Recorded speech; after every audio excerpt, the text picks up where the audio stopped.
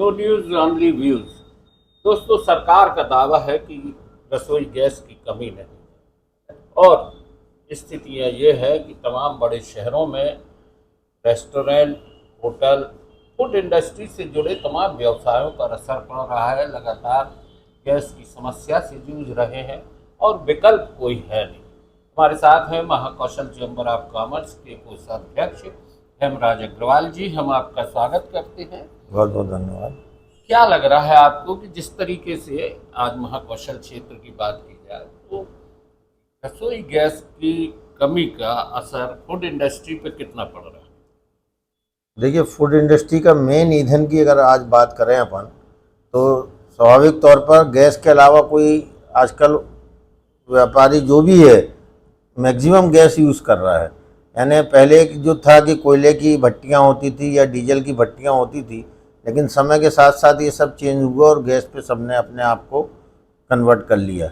लेकिन एकदम अचानक इस तरह का एक गैस का जो शॉर्टेज आया है या उपलब्ध नहीं हो पा रही है, जिसके कारण फूड इंडस्ट्री पे बहुत विशेष प्रभाव पड़ रहा है और फूड की लाइन में जितने भी लोग हैं वो परेशान हैं कि हम एकदम से वैकल्पिक क्या व्यवस्था करें कि जिससे हमारा जो व्यवसाय है वो प्रभावित ना हो। तो अभी आप लोगों की लगातार प्रशासन से मीटिंग हो रही है, प्रशासन आपको क्या आश्वासन दे रहा है? प्रशासन तो ये बोल रहा है गैस की कमी नहीं है, आप लोग निश्चिंत रहें, लेकिन अभी कमर्शियल सिलेंडर कहीं से भी वो उपलब्ध नहीं करा पा रहे हैं, जिससे कि हम लोग को बहुत ज़्यादा परेशानियों का सामना करना पड़ रहा है। अच्छा, अभी देखने में आ रहा है कि रसोई गैस की जो घरेलू गैस सिलेंडर है उसकी मारामारी तो हो ही रही है, कालाबाजारी भी शुरू हो गई है।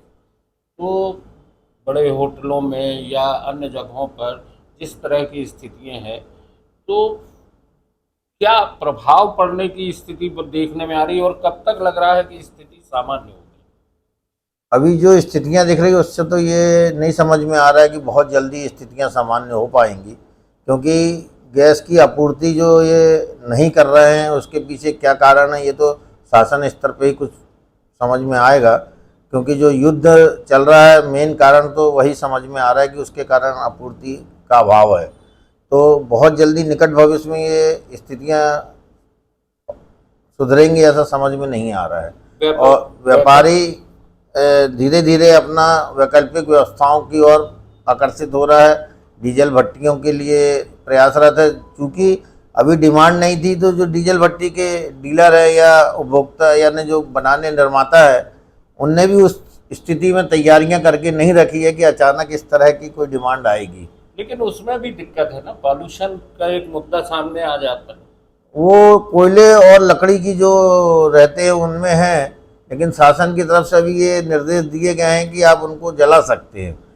प्रदूषण का तो जो मुद्दा है वो है अपनी जगह, उसमें कहीं कोई वो वाली बात नहीं है, लेकिन डीजल भट्टियों में प्रदूषण चूंकि कम होता है तो डीजल भट्टी के लिए दिक्कत नहीं है। दोस्तों, जिस चीज के लिए पहले रोका गया अब मजबूरी है कि आप उन्हीं पुराने रास्तों पर लौटें।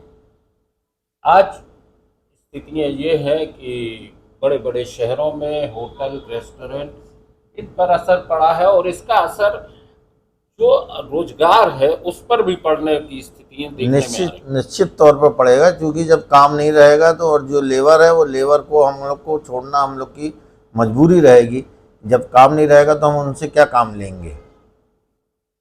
तो एक तरह से देखा जाए तो ये सिर्फ व्यापार पर असर नहीं है, ये रोजगार के उन अवसरों पर भी असर पड़ रहा है जहाँ एक मिस्त्री, एक वेटर, एक होटल में काम करने वाले तमाम वर्कर्स, उनकी नौकरियों पर भी खतरे की स्थितियां हैं।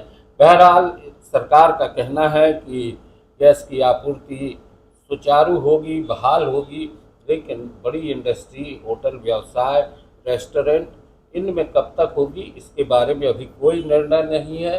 वैकल्पिक व्यवस्थाएं कब तक उपलब्ध हो पाएंगी और किस तरीके से होंगी इस पर भी अभी विचार चल रहा है। आज की चर्चा यहीं तक। हेमराज भाई, आपने चर्चा की, बहुत बहुत धन्यवाद आपको।